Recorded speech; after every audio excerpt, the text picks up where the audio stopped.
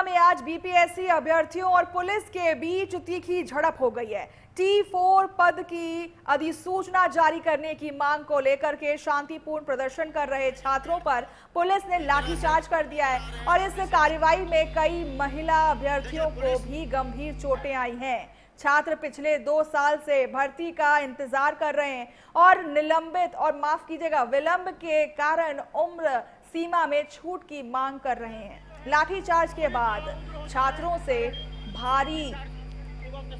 में भारी आक्रोश देखा जा रहा है और उनका कहना है कि भविष्य के शिक्षकों के साथ प्रशासन का ये व्यवहार निंदनीय है। देखिए, लगातार बच्चे डीआरई एग्जामिनेशन की तैयारी करते हैं जो शिक्षक एग्जामिनेशन होती है। इसके लिए व्यवस्था ये लोग ऐसी बना दिए हैं कि जिसके लिए बच्चे आक्रोशित हो चुके हैं। बच्चे वर्षों से इंतजार कर रहे हैं कि बिहार में शिक्षक बनकर बिहार की परिदृश्य को चेंज करेंगे।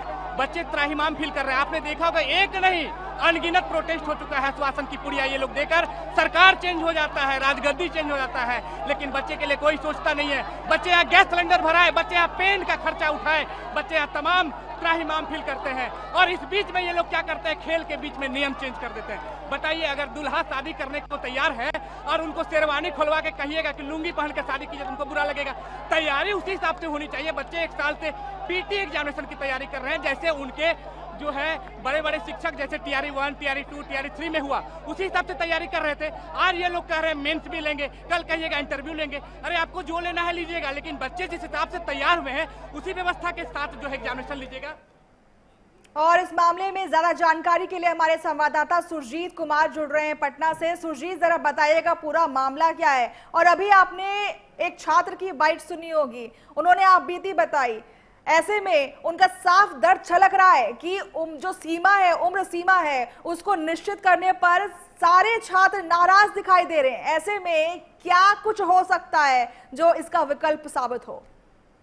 जी मनीषा, बिल्कुल। आज जो है एक तरीके से कहा गया तो छात्रों का जो धैर्य था वो कहीं न कहीं से जवाब देता हुआ नजर आया और जिसका नतीजा है कि छात्र जो है सड़कों पर प्रदर्शन कर रहे थे और प्रदर्शनकारी जो छात्र थे उनके ऊपर पुलिस का जो व्यवहार था वो कहीं से उचित नहीं दिख रहा था। जिस तरीके से बर्बरतापूर्ण छात्रों पर लाठियां चलाई जा रही थी, छात्राओं पर लाठियां चलाई जा रही थी, वो कहीं से उचित नहीं था। क्योंकि छात्रों की जो मांग है वो बिल्कुल जायज मांग है। जिस तरीके से टीआरई 4 को लेकर के सरकार जो टाल मटोल कर रही है, इसके बारे में जो छात्र नेता दिलीप हैं वो बहुत पहले से सरकार को चेतावनी देते आ रहे थे कि छात्र जो है अब उग्र प्रदर्शन करेंगे और इस तरीके की बातें हो रही थी। क्योंकि छात्रों को उम्मीद थी कि अब सूबे में नई सरकार बनी है तो नई सरकार छात्रों के हित में कुछ काम करेगी, लेकिन आज जिस तरीके से बर्बाद। देखिए सुरजीत, आज का जो युवा है वो चुप बैठने वालों में से नहीं है, वो हर बात पर मुखर होने वालों में से है। और ऐसे में ये जनता जो है, या फिर हम यूँ कह लें कि ये जो तमाम जो लोग हैं जो परीक्षा में बैठने वाले लोग थे, काफी लंबे समय से संघर्ष कर रहे हैं। ऐसे में कितने लोग अभी घायल हुए हैं और कहा जा रहा है कि कई महिलाएं ऐसी हैं जो घायल हुई हैं। मनीषा, बिल्कुल।